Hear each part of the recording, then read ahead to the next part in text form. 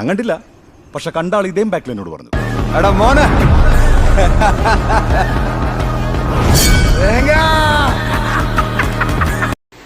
Hi friends, welcome to cinema Bazar.